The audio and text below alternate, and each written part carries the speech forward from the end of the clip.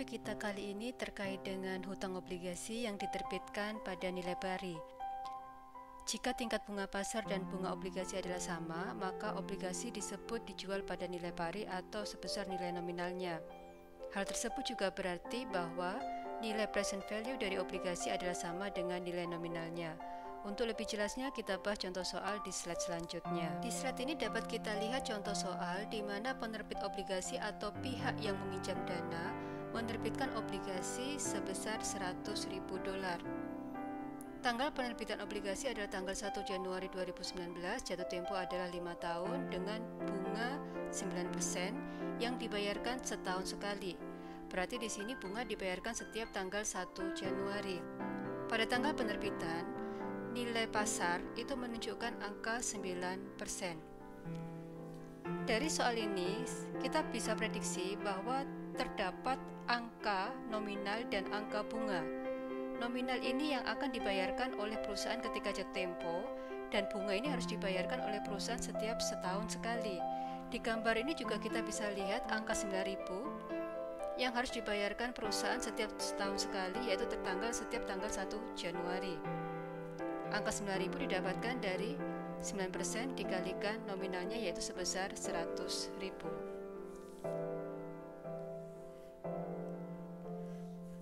Tugas pertama kita terkait dengan obligasi adalah menentukan harga jual obligasi pada saat penerbitan obligasi.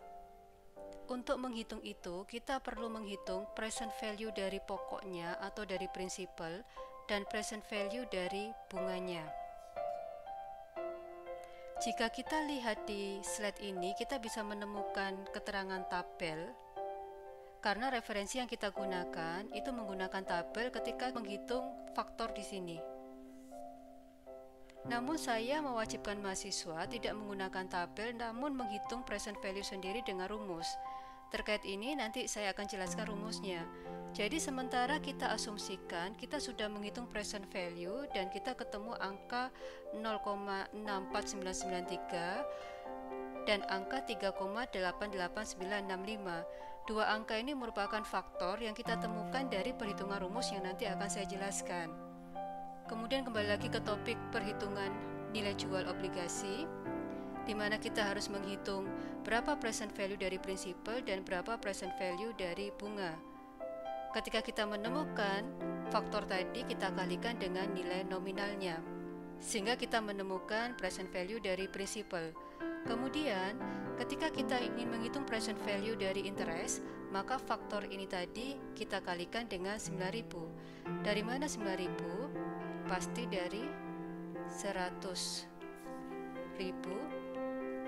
dikalikan 9%. 9% ini adalah bunga obligasi.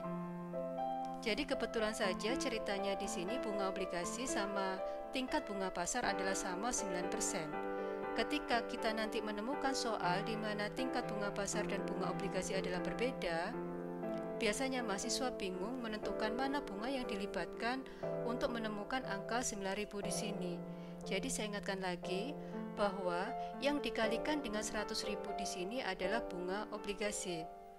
Kemudian kita temukan dua angka ini, kita jumlah dan hasilnya adalah 100.000.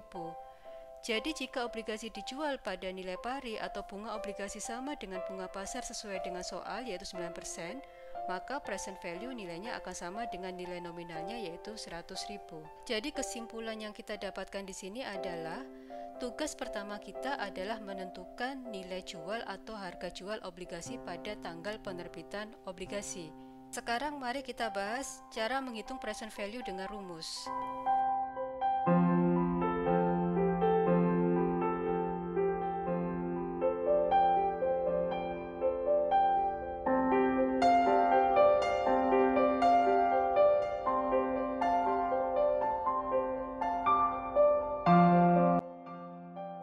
Inilah tadi rumus yang saya ceritakan di mana saudara wajib menghitung present value dengan menggunakan rumus ini.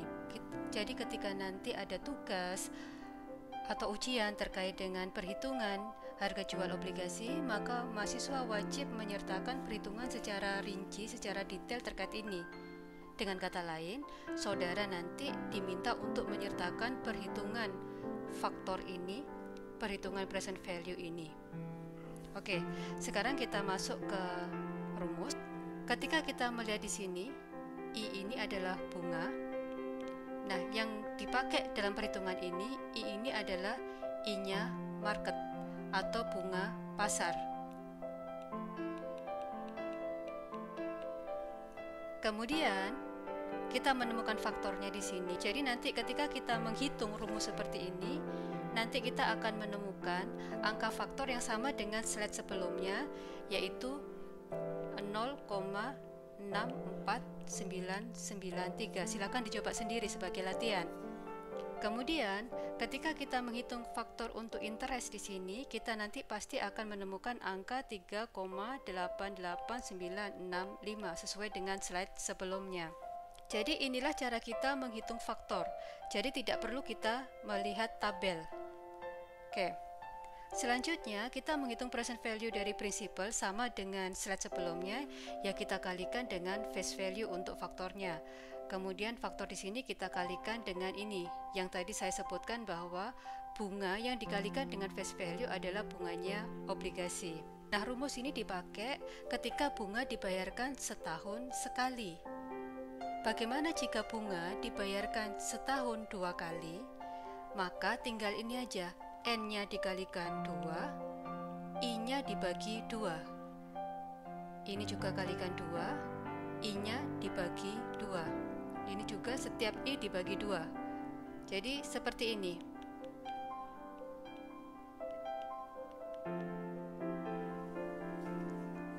Jadi yang dikalikan 2 dibagi 2 itu menunjukkan bunga dibayarkan setahun 2 kali. Bagaimana jika bunga dibayarkan setahun 3 kali? Ya tinggal N-nya kali 3, setiap I dibagi dengan 3. Jadi ketika kita mengikuti perhitungan ini, maka nanti kita bisa temukan bahwa harga jual obligasi adalah sebesar 100.000 sesuai dengan contoh soal di slide sebelumnya yang melihat tabel. Kembali lagi ke slide sebelumnya. Di sini kita bisa menyimpulkan bahwa harga jual obligasi adalah sebesar 100.000. Perhitungannya adalah seperti ini, sudah kita bahas sebelumnya. Bedanya hanya saja kita tidak menggunakan tabel, tapi perhitungan rumus yang saya jelaskan sebelumnya. Nah, selanjutnya kita akan membahas terkait dengan pencatatannya atau terkait dengan penjurnalannya. Yang perlu saya tekankan adalah tanggal penting pertama kita adalah penjualan obligasi, sehingga kita harus menghitung berapa nilai obligasinya atau berapa harga jual obligasi. Jadi ini adalah pekerjaan pertama kita, kemudian kita membuat jurnalnya. Ketika kita sudah menemukan harga jualnya tadi sebesar 100.000, maka kita menjurnal penerbitan obligasi dengan cara debit cash dan credit bonds payable, atau dengan kata lain, kewajiban kita bertambah dalam bentuk hutang obligasi dan kas kita bertambah sebesar 100.000. Tanggal penting kedua adalah terkait dengan jurnal penyesuaian. Karena di sini bunga dibayarkan tanggal 1 Januari 2020, sebelum 1 Januari 2020 kita ketemu laporan keuangan tertanggal 31 Desember 2019. Sehingga kita harus menjurnal interest expense pada interest payable sebesar 9.000. Kebetulan saja contoh di sini adalah contoh penerbitan obligasi tertanggal 1 Januari 2019, sehingga angka yang kita temukan di tanggal 31 Desember ya pastinya sebesar 9.000 atau sebesar 1 tahun. Dengan kata lain, ya angka ini bunga tanggal 31 Desember ya sama dengan perhitungan bunga kalau kita menghitung berdasarkan tanggal 1 Januari 2020. Kemudian pembayaran bunga untuk tanggal 1 Januari 2020 adalah interest payable pada kas sebesar 9.000. Interest payable muncul karena sebelumnya kita melibatkan jurnal penyesuaian yang memunculkan interest payable. Jadi sekali lagi saya ingatkan, contoh soal di sini sangat sederhana, di mana tanggal penerbitan obligasi adalah tanggal 1 Januari, pembayaran bunga pertama adalah tanggal 1 Januari 2020, berjalan 1 tahun. Otomatis ketika kita menghitung 31 Desember di sini, maka ketemu angka 9.000. Akibatnya adalah tanggal 1 Januari jurnal kita cukup interest payable pada kas. Bagaimana jika tidak seperti ini? Karena penerbitan obligasi kan tidak selalu di tanggal 1 Januari, bisa tanggal 1 Februari atau di bulan Maret atau di bulan-bulan lainnya. Sehingga saya harapkan saudara bisa menghitung atau menerapkan perhitungan bunga di sini seperti materi yang sudah saudara bahas di pengantar akuntansi, kemudian materi yang kita bahas di current liability terkait dengan bagaimana kita mengakui accrued interest di jurnal penyelesaian tanggal 31 Desember. Jurnal penyelesaiannya sama, interest expense pada interest payable, kemudian tanggal pembayaran bunga selanjutnya yaitu interest expense debit untuk mengakui bunga yang belum diakui di tanggal 31 Desember atau di periode 2019, kemudian debit juga interest payable dan cash credit. Jadi saya menginginkan saudara banyak sekali latihan terkait ini. Jurnal sangat mudah, perhitungan sangat mudah. Kuncinya adalah saudara banyak latihan saja, dan apapun yang kita bahas di sini, perhitungan jurnal penyelesaian, kemudian pengakuan transaksi di tanggal 1 Januari atau tanggal pembayaran bunga, sebenarnya dasarnya sudah kita pelajari di mata kuliah sebelumnya atau di materi sebelumnya. Jadi dari pembahasan topik kita kali ini, kita bisa simpulkan bahwa terdapat tanggal penting terkait dengan penerbitan obligasi. Yang jelas pertama, tanggal pentingnya adalah tanggal penerbitan obligasi, sehingga pekerjaan pertama kita adalah menentukan harga jual obligasi. Tanggal penting berikutnya adalah ketika kita menemukan laporan keuangan, sehingga kita harus membuat adjusting entry. Tanggal penting berikutnya adalah tanggal pembayaran bunga. Tanggal pembayaran bunga kalau tidak ketemu laporan keuangan sebelumnya, atau dengan kata lain kita tidak membuat jurnal penyelesaian sebelumnya, maka jurnal kita simpel aja interest expense pada kas. Interest payable pada kas itu terjadi karena sebelumnya kita membuat jurnal penyesuaian. Jadi ada satu tanggal, ada 2 tanggal, ada 3 tanggal penting. Tanggal penting berikutnya adalah ketika pelunasan, yang jelas pelunasannya adalah bonds payable pada kas sebesar 100.000.